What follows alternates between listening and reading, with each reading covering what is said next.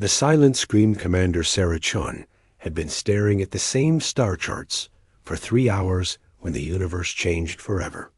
The Deep Space Monitoring Station Frontier Watch floated silently at the edge of human-controlled space. It's massive. Sensors scanning the void for any sign of intelligent life. For 12 years, they had found nothing but cosmic background radiation and the whispers of distant stars. Sarah rubbed her tired eyes and stretched in her command chair. The station was home to 47 people, all volunteers who had given up comfortable lives on Earth to listen to the silence of space. They were scientists, dreamers, and explorers who believed that somewhere out there, humanity was not alone. Dr. Marcus Webb burst through the command center doors with excitement written across his face. The xenolinguist had been working in the communications lab for 18 straight hours, surviving on coffee and determination. His usually neat appearance was disheveled, but his eyes burned with discovery. "Sarah, you need to see this immediately," Marcus said, his voice trembling with emotion. "We've got something incredible." Lieutenant Alex Rodriguez looked up from his console, where he had been monitoring routine deep space transmissions. The young communications officer had joined the station fresh from the academy, eager to be part of humanity's greatest adventure. His fingers moved quickly across his keyboard as he pulled up the data Marcus had discovered. "What kind of something?" Sarah asked, rising from her chair. In all her years commanding Frontier Watch, she had learned to read the expressions of her crew. Marcus looked like a man who had just witnessed a miracle. Marcus activated the main display screen. Waves of data flowed across the monitor, showing frequency patterns unlike anything in their databases. This signal came in 6 hours ago from the Kepler 442 system. At first, I thought it was just another pulsar, but when I ran it through the linguistic analysis programs, I found something extraordinary. The command center fell silent as Marcus played the processed audio. What emerged from the speakers was not the random noise of space, but something that made everyone's blood run cold. It was a voice, clearly intelligent, speaking in desperate tones. Even without understanding the language, the emotion was unmistakable. Someone was calling for help. "My God," Sarah whispered. "Are you certain this is genuine?" Marcus nodded gravely. "I verified it 17 different ways. This is definitely an artificial signal from an intelligent species." "But Sarah, there's more. The signal isn't just a distress call. It's a warning." Alex enhanced the audio quality and ran it through their most advanced translation algorithms. The computer worked for several minutes, cross-referencing linguistic patterns and attempting to decode the alien language. When the results appeared on screen, the room temperature seemed to drop 10 degrees. "Translation complete," Alex announced. "The signal says, 'This is Velathi Prime calling any listening species. We are under attack by the Shadowmaw Empire. They have destroyed our outer colonies and are moving toward our homeworld. We are not warriors. We are scientists and artists. We cannot fight them. If anyone receives this message, please know that we tried to live in peace. We tried to share knowledge and beauty with the galaxy. The Shadowmaw do not want our resources. They want our suffering. They feed on fear and pain. Please, if there are others out there, do not let them find you. Hide, run. Save yourselves while you can." The message repeated several times, each repetition growing weaker, as if the transmitter was losing power. Then, at the end, came something that would haunt the crew of Frontier Watch for the rest of their lives. The sound of explosions in the background, followed by screaming, then silence. Sarah felt her heart pounding as she processed what they had just heard. Humanity had always wondered if they were alone in the universe.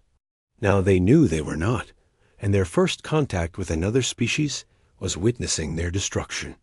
"How far away is this signal coming from?" Sarah asked. Alex checked his calculations.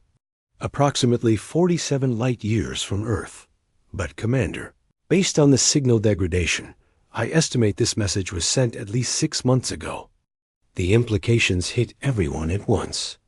If the signal was 6 months old, then the Valathae might already be extinct. Somewhere in the darkness of space, an entire civilization had died while humanity remained oblivious to their existence. Dr. Webb was studying additional data streams when his face went pale. Sarah, I'm picking up more signals. Different frequencies, different linguistic patterns. This isn't just one species calling for help. Over the next 4 hours, the team decoded 12 more distress calls from different star systems. Each message told the same horrific story. The Shadow Maw Empire was moving through the galaxy like a plague, destroying civilizations not for conquest, but for entertainment. They were apex predators who had evolved beyond the need for resources and now sought only the thrill of causing suffering. The Zephyrians had been artists and musicians who created beautiful sculptures from crystallized starlight. The Shadow Maw had tortured them for months, broadcasting their screams across the galaxy as a warning to other species. The Nathari had been peaceful farmers who had developed ways to grow food in space. The Shadow Maw had forced them to watch their children starve before finishing them off. Sarah stood at the observation window, looking out at the stars that no longer seemed friendly. Each point of light might be a civilization under attack, crying out for help that would never come. The universe suddenly felt very dark and very dangerous. We need to contact Earth immediately, she said. This changes everything about humanity's place in the galaxy. The message to Earth traveled at light speed, taking several hours to reach the Sol system. When it arrived, it triggered the largest emergency session in human history. President Elena Vasquez called together leaders from every nation, military commanders, scientists, and philosophers. The debate that followed would determine the future of human civilization. General Robert Hayes, commander of Earth's defense forces, argued for caution. We don't know anything about these Shadow Maw creatures. They might be more powerful than we can imagine. If we reveal ourselves, we could be painting a target on Earth. Dr. Lisa Park, humanity's leading expert on interstellar relations, disagreed. We have a moral obligation to help. These species are dying while we debate. How can we call ourselves civilized if we do nothing? The debate raged for hours. Some argued that humanity should hide, building better defenses and hoping the Shadow Maw would not find them. Others insisted that standing by while genocide occurred would make them complicit in the evil. Asterisk.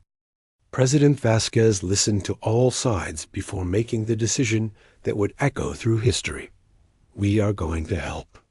We are going to save whoever we can, and we are going to stop these monsters. This is not just about the alien species being attacked. This is about who we are as human beings. The room erupted in arguments, but Vasquez continued. If we hide while innocents die, we lose our humanity. If we allow evil to spread through the galaxy unchecked, we become participants in that evil. Earth will mobilize every resource we have. We will build the largest fleet in human history, and we will show the galaxy that some species choose to fight for justice. Within hours, the news spread across Earth. The reaction was unlike anything in human history. Instead of panic or fear, something extraordinary happened. Humanity united. Old enemies became allies. Resources were shared freely. Scientists worked around the clock to develop new technologies. Engineers designed ships capable of interstellar warfare. Soldiers volunteered for a mission that might be suicide. Dr. Maya Patel, a brilliant weapons designer, created energy weapons based on principles that had only existed in theory. If these Shadow Maw creatures feed on fear and pain, then we'll give them something they've never experienced before. We'll give them humanity's fury. Admiral Victoria Kane, a veteran of numerous conflicts, was chosen to lead the expedition. She had a reputation for tactical brilliance and never leaving anyone behind. "We're not just going to fight these creatures," she announced to her assembled fleet commanders. "We're going to win. We're going to save the Velothi and every other species we can reach. And we're going to send a message to every predator in the galaxy that Earth's children are not prey." The preparation took 3 months. Humanity's greatest minds worked together to create technologies that had never existed before. Ships that could travel faster than light. Weapons that could punch through any known defense. Shield systems that could protect entire fleets. Most importantly, they developed ways to communicate with alien species, to coordinate rescue efforts, and to provide humanitarian aid. As the fleet prepared to launch, Sarah Chun received a final transmission from the Velothi homeworld. The message was weak and broken, but the words were clear. "This is Velothi Prime. We are the last. The Shadow Maw have found our final hiding place. We can hear them breaking through our defenses. To whoever receives this message, remember that we existed. Remember that we chose knowledge over violence, beauty over destruction. We forgive our killers, but we hope someone somewhere will stop them from hurting others." The signal ended with the sound of doors exploding and alien voices, crying out in terror. Then Silence. Sarah looked at her crew, saw the tears in their eyes, and felt the same rage building in her chest that was growing across all of humanity. The Velothi were probably dead, but there were other species out there who could still be saved. And the Shadow Maw Empire was about to learn what happened when they made humanity angry. When Earth unleashed Hell Admiral Victoria Kane stood on the bridge of the U.E.'s Retribution, humanity's most advanced warship. Around her, the largest fleet in human history prepared to jump to faster-than-light travel. 300 ships carrying 50,000 of Earth's finest soldiers, scientists, and engineers. They were no longer just explorers or defenders. They were crusaders on a mission to save the galaxy. The fleet had been traveling for 6 days when they received their first piece of good news.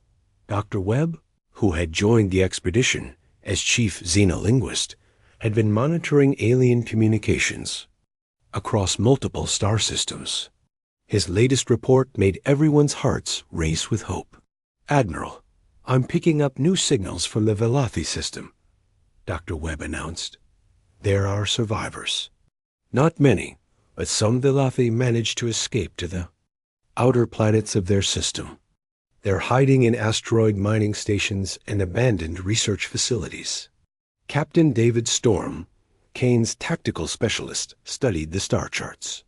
Storm was a man who had never lost a battle, known for his ability to think 3 steps ahead of any enemy. "How many Shadow Maw ships are in the system?"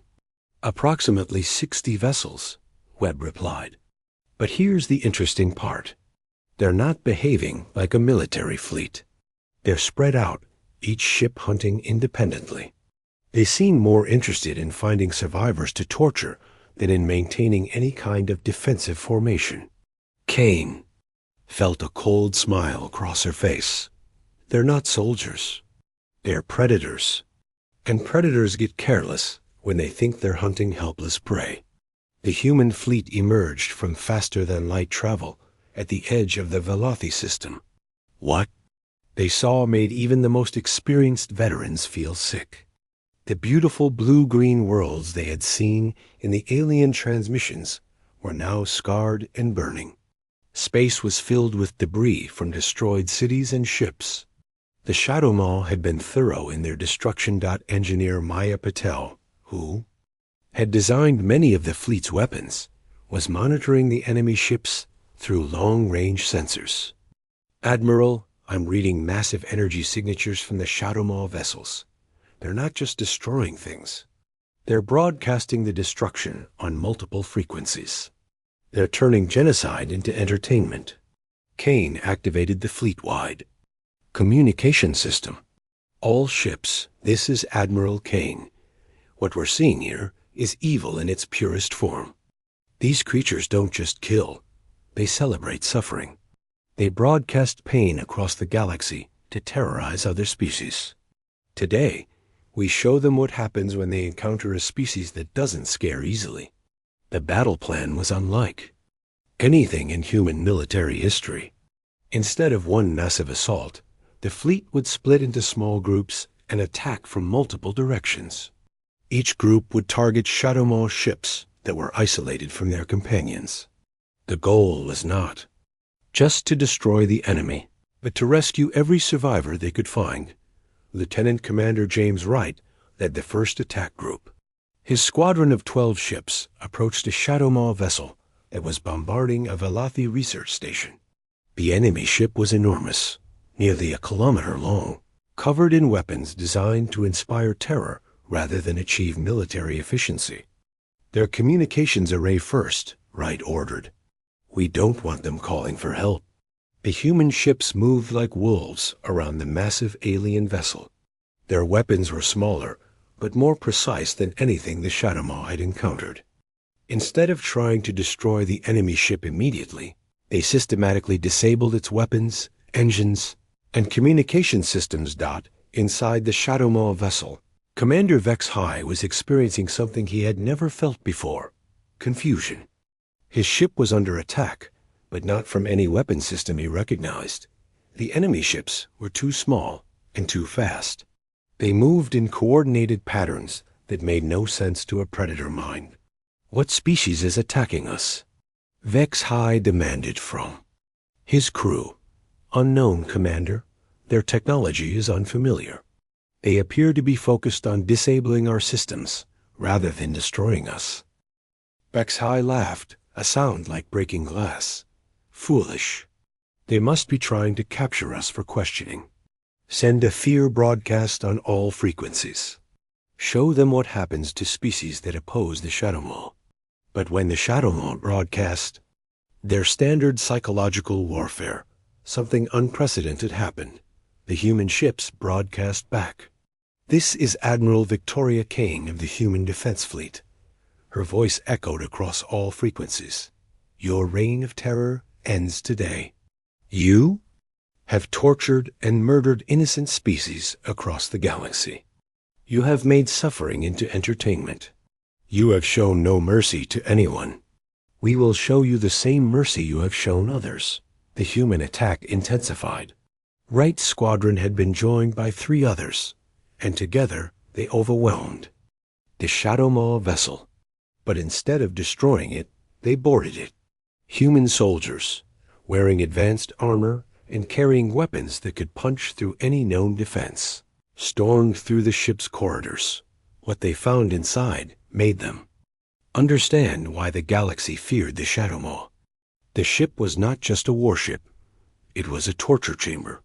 Hundreds of Velothi prisoners were being held in conditions designed to maximize their suffering. Some had been captives for months, kept alive so their pain could be broadcast to terrorize. Other worlds. Sergeant Maria Santos, leading the boarding party, had seen combat on a dozen worlds. But nothing had prepared her for what she found in the Shadow Maw ship. Admiral, she reported, her voice shaking with rage, we found the prisoners. They're alive, but barely. These monsters have been torturing them for entertainment. Kane's response was heard across the entire fleet. Rescue every prisoner. Show them that not all species in the galaxy are predators. Show them that some of us choose to protect instead of destroy. The pattern repeated across the star system. Human ships would surround isolated Shadow Maw vessels, disable them, board them, and rescue the prisoners. The aliens they freed were amazed to discover that their rescuers were not seeking anything in return. The humans asked for no tribute, no resources, no territory. They wanted only to stop the suffering. Dr. Webb was working with the rescued Velothi to coordinate the liberation efforts. The surviving aliens were weak and traumatized, but they were eager to help save their people. Through them, the humans learned the locations of hidden survivor groups and the patterns of Shadow Maw patrol routes. The Shadow Maw have never faced An enemy like you, explained Cathara, a Velathi scientist who had been imprisoned for 4 months. They choose species that cannot fight back. They are cowards who disguise themselves as predators. They have never encountered a species that fights not for conquest, but for justice. The real turning point came when the human fleet encountered the Shadowmaw command ship. It was a massive vessel, 3 kilometers long, bristling with weapons, and broadcasting the screams of thousands of prisoners. Admiral Kane knew this was the ship responsible for coordinating the genocide. All ships fall up on the retribution, Kane ordered. We end this today. The battle that followed became legend. The Shadowmaw command ship was powerful, but it was designed to terrorize helpless worlds, not fight an enemy that struck back. The human fleet attacked in waves, each group targeting specific systems. They used tactics the Shadowmaw had never seen: coordinated strikes, adaptive strategies, and weapons that could be modified in real time to counter enemy defenses. Maya, Patel's weapons proved devastatingly effective. Her energy cannons could slice through Shadowmaw armor like paper. Her electronic warfare systems could disrupt enemy communications and control systems. Most importantly, her defensive shields could protect human ships from the crude but powerful weapons of the enemy. Captain Storm coordinated the tactical assault with precision that bordered on artistry. He had studied the Shadowmaw attack patterns and identified their weaknesses. They're not soldiers, he explained to his squadron leaders. They're bullies. They attack what they perceive as weak and run from anything that fights back. We just need to show them we're not prey. The Shadowmaw command ship was disabled after 3 hours of fighting. When human soldiers boarded it, they found something that would change galactic history. The ship's computers contained detailed records of every species the Shadowmaw had destroyed, star charts showing the locations of hundreds of civilizations, communication logs revealing the Empire's plans for future conquests. But most importantly, they found evidence that the Shadowmaw were not invincible. They were parasites who had grown fat and lazy from thousands of years of easy victories. They had never developed real military tactics because they had never needed them. They were bullies who had finally encountered someone willing to fight. Back, Admiral Kane stood in the command center of the captured ship, looking at the rescued prisoners. Velathi, Zephyrians, Netheri, and dozens of other species, all freed from months or years of captivity. They looked at their human rescuers with a mixture of gratitude and disbelief. Why? Asked Elder Zephron, a Velathi leader who had been scheduled for execution. Why did you risk your lives for strangers? What do you gain from helping us? Kane looked at the alien leader, seeing the same intelligence and compassion in his eyes that she recognized in her own people. We gain the knowledge that we did the right thing. We gain friends across the galaxy. We gain a universe where peaceful species can exist without fear. The liberation of the Velathi system sent shockwaves across the galaxy. Word spread through hidden survivor networks that a new species had entered the galactic community. A species that fought not for conquest or resources, but for justice. A species that protected the innocent and punished the guilty. Within months, the Shadowmaw Empire began to crumble. Their member species, who had joined out of fear rather than loyalty, started to rebel. Peaceful civilizations that had hidden for generations began to emerge from their hiding places. The galaxy was learning that predators could be stopped, that evil could be defeated, and that hope was not just a dream.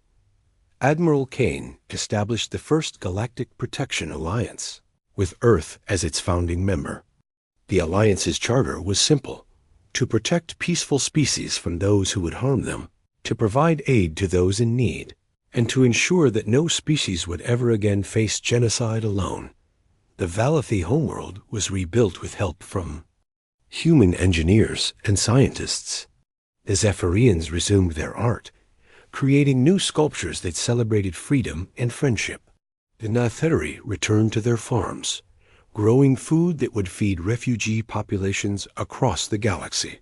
And in the Ozasaw, Deep Space Monitoring Station where it all began, Commander Sarachon received a message that brought tears to her eyes. It was from Kethara, the Valathi scientist who had been among the first rescued prisoners. Commander Chun, your species has given us more than just our lives. You have given us hope. You have shown us that in a galaxy full of darkness, there are still species that choose to be light. The Valathi will never forget what humanity has done for us. We will spend the rest of our existence proving worthy of your friendship. Sarah looked out at the stars, no longer seeing distant points of light, but seeing neighbors, friends, and species worth protecting. Humanity had found its place in the galaxy, not as conquerors or predators, but as guardians. And the universe would never be the same. The Shadowmaw Empire was broken, scattered to the far reaches of space. Their victims were free, their terror was ended, and their legacy was nothing but a reminder of what happens when evil encounters those brave enough to fight it. Humanity had answered the distress call and ignited their fury. In doing so, they had not just saved the galaxy. They had found themselves, *,